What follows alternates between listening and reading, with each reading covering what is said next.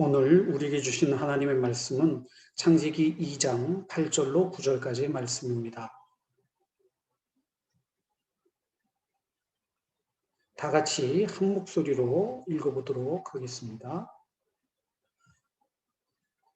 여호와 하나님이 동방에 에덴 동산을 창설하시고 그 지으신 사람을 거기 두시니라.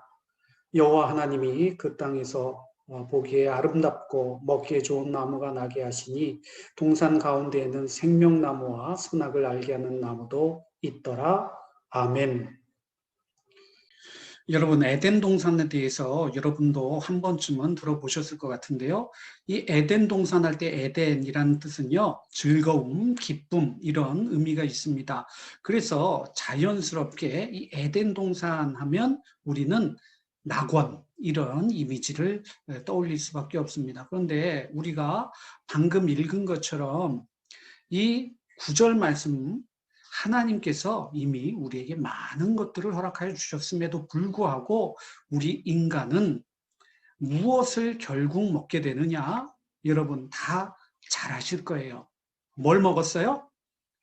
선악을 알게 하는 나무, 선악과를 먹게 됨으로 인해서 에덴 동산으로부터 추방당하게 되는 그런 사실을 여러분들도 한 번쯤은 들어보셨을 텐데요. 그러면 우리가 방금 대한 구절 말씀처럼 하나님께서는 우리에게 그저 선악을 알게 하는 나무, 생명나무 이렇게 좋은 것들은 따로 챙겨두시고 우리에게는 그냥 별 볼 일 없는 것들만 주셨느냐? 그렇지 않습니다. 구절 말씀 보시면 하나님이 그 땅에서 보기에 아름답고 먹기에 좋은 나무 충분히 인간들에게 주셨다라는 사실을 우리는 확인할 수 있습니다. 또 그 다음 절 보시면요.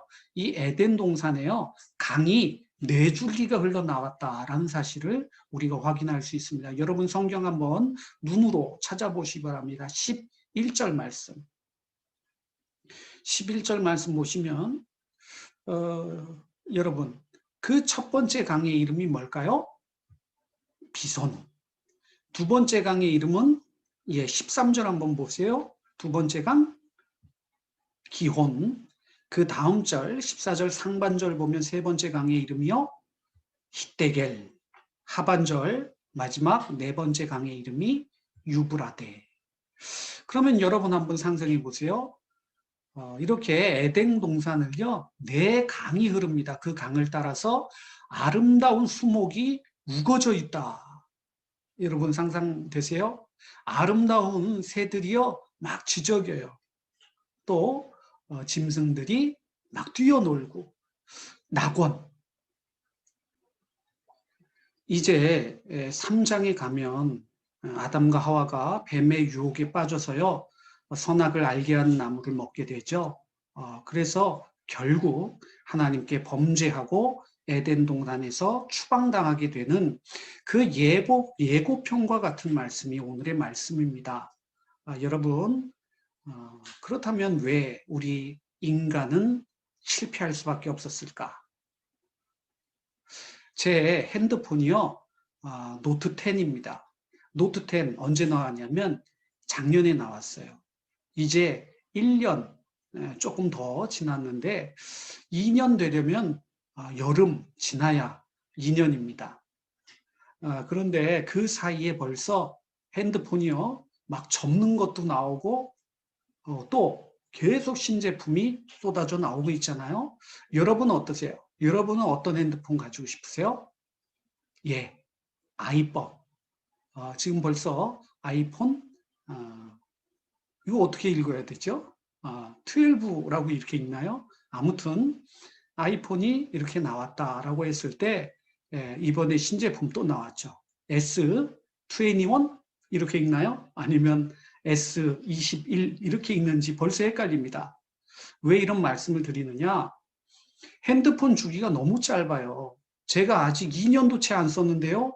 그 사이에 핸드폰이 쏟아져 나오니까 지금도 충분히 신제품이고 너무 좋게 사용하고 있음에도 왠지 나는 신형을 쓰지 못하고 있는 건가? 더 좋은 것들이 쏟아져 나오는데 나는 유행에 민감하지 못한가? 무엇인가 부족한 게 느껴지는 거예요. 더 좋은 거, 더 새로운 거, 더 아름다운 거, 이런 것들을 어떻게 해서든 손에 넣어야 그 인생이 괜찮은 인생인 것처럼, 그렇게 우리 마음에 탐심, 무엇인가를 소유하고 싶은, 더 좋은 것들을 갈망하는 그런 마음이 우리 인간의 본연의 마음인데, 성경은 이런 마음을 죄, 하나님을 아프게 하는 탐심이다, 이렇게 우리에게 말씀하고 있다는 것이죠. 왜 이렇게 생각할 수가 있냐면요, 동산 중앙에요, 이렇게 두 나무가 있었습니다. 여러분 한번 생각해 보세요. 여러분은 이 두 나무 가운데 어떤 나무를 원하십니까?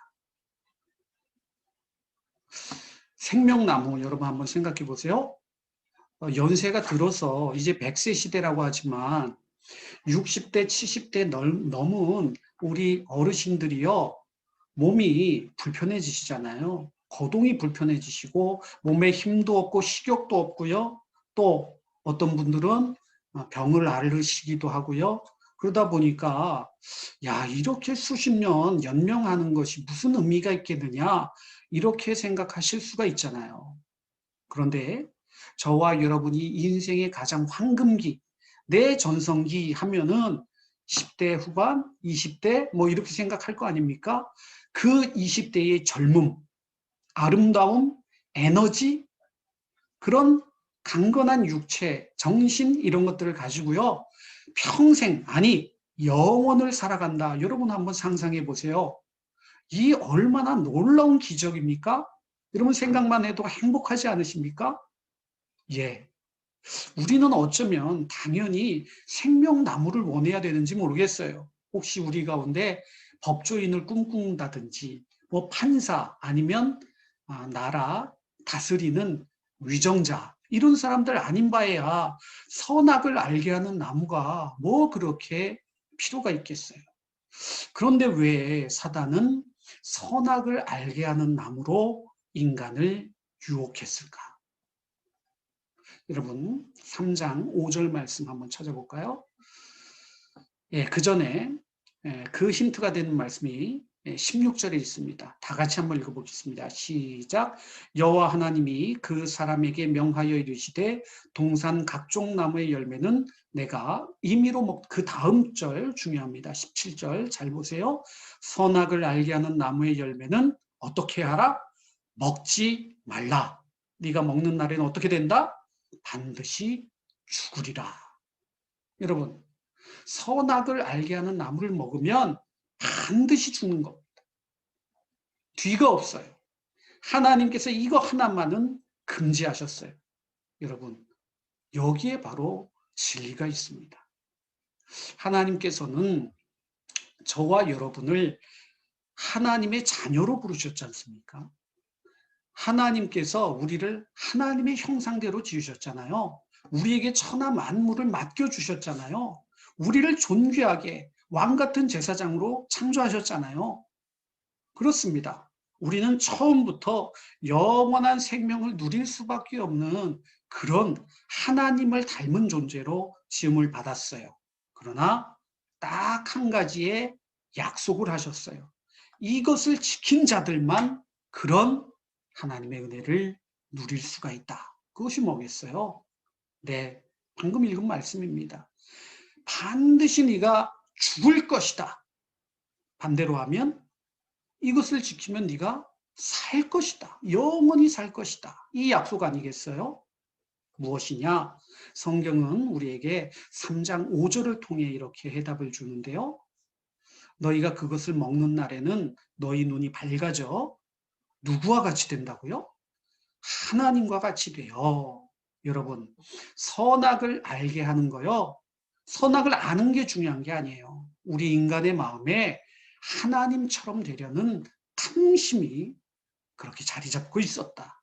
그것을 알고 있는 사단이요, 뱀을 통하여 우리를 유혹했고, 우리 인간은 하나님께서 딱 한 가지 양보하지 않은 것이 있어요. 저와 여러분은 피조물입니다. 하나님께서 지으신 그런 존재에 불과해요. 그러나 하나님께서는 온 세상을 말씀으로 창조하신 창조주십니다. 하나님이 하나님 되심을, 우리는 피조물됨을 인정하는 이 단 한 가지를 하나님께서는 우리에게 원하셨습니다. 그러나 바로 여기에서 걸려 넘어졌기 때문에 우리 인간은 하나님이 우리에게 주시려고 한 영원한 생명을 잃어버리게 되고 낙원을 잃어버리게 되는 그런 결과를 가져왔다라는 사실입니다. 그러면 이제 마지막으로 하나님께서는 뻔히 인간이 하나님의 말씀을 어기고 범죄할 것을 아시면서, 왜냐하면 전지전능한 하나님이시니까 다 아실 거 아니에요. 그러니까 예수 안 믿는 사람들이 뭐라고 질문을 하느냐? 이미 죄를 저지르고 다 뻔히 알면서 떡하니 선악과를 동산 중앙에 두고 그 유혹에 넘어져서 그렇게 죄를 저지르는 인간들을 바라보며 기뻐하는 그런 하나님이 아니냐? 이런 하나님을 어떻게 믿을 수가 있느냐? 그렇게 질문하는 사람들이 많이 있습니다. 여러분은 어떻게 생각하십니까?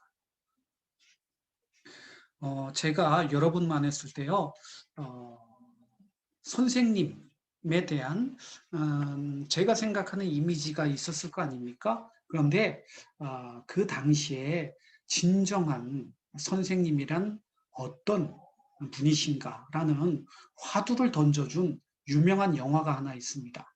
여러분 혹시 아시는 분 계실까요? 네, 죽은 시인의 사회. 로빈 윌리엄스라는 분이 키팅 선생님 역해서 카르페 디엠이라는 유명한 말이 이제 이 영화를 통해서 부각이 됐었는데요. 여러분 선생님 하면 여러분 어떤 이미지를 떠올리십니까? 선생님은 우리가 생각할 때 자기의 말을 하고 가르치고 이러기보다는 어떻습니까? 그 사람이 공부를 잘하든 못하든 이런 외적인 기준이 아니라 우리 한 사람 한 사람을 동일하게 공평하게 사랑해주고 우리의 이야기에 귀 기울여주고 경청해주는, 또 성품도 참 온화하고 그런 여러분 선생님들 중에 여러분들이 존경하고 내가 저분처럼 닮아가고 싶어, 혹시 그렇게 생각하는 선생님이 계시다면 여러분 그런 선생님을 우리가 뭐라고 부르죠? 인격적이다, 이런 얘기 많이 할 겁니다. 인격적이시다, 그분 참 인격적이셔. 여러분 바로 여기에 하나님의 창조의 질서가 있습니다. 저와 여러분을 하나님께서 흙으로 지으셨잖아요. 말씀으로 지으신 하나님이 주인이시잖아요. 그러면 저와 여러분을 이 인격적이란 말의 반대말로 기계적으로, 수직적으로, 명령하복의 관계로 그렇게 우리는 순종할 수밖에 없는 그런 로봇과 같이 저와 여러분을 지으시지 않았다는 것입니다. 인격적이라는 것은 무엇을 통해 인격적이라는 사람들의 평가를 얻게 되느냐? 다른 사람들의 인격을 존중해 줌을 통해서 그 사람이 인격적이다라는 말을 얻게 되는 겁니다.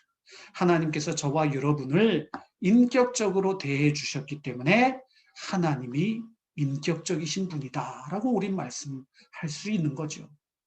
그래서 이제 시간이 많이 갔기 때문에 다음 주에 말씀 이어가기로 하고요. 하나님은 저와 여러분에게 이렇게 모든 것을 선택할 수 있도록 인격적으로 기회를 주셨다. 이 사실을 잊지 마시고 하나님의 이 성품을 쫓아 살아가는 저와 여러분 다 되시기를 주님의 이름으로 축원합니다.